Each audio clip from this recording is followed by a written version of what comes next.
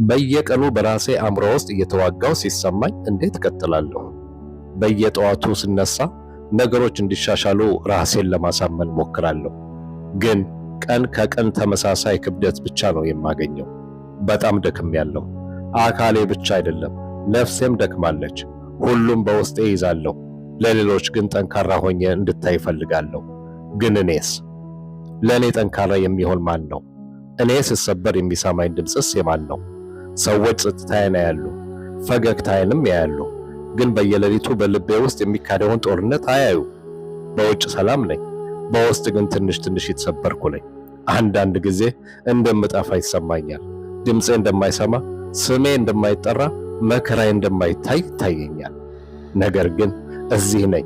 እንኳን ተሰብሮ ቢሆንም እንኳን ተደክሞ ቢሆንም አሁንም እተነፍሳለሁ። ምናልባት ይህ ቃል ጥንካሬ አይመስልም፣ ግን በዚህ ሁኔታ መቆየት ራሱ ጀግንነት ነው እላለሁ። ስላደመጣችሁ ያመሰግናለሁ።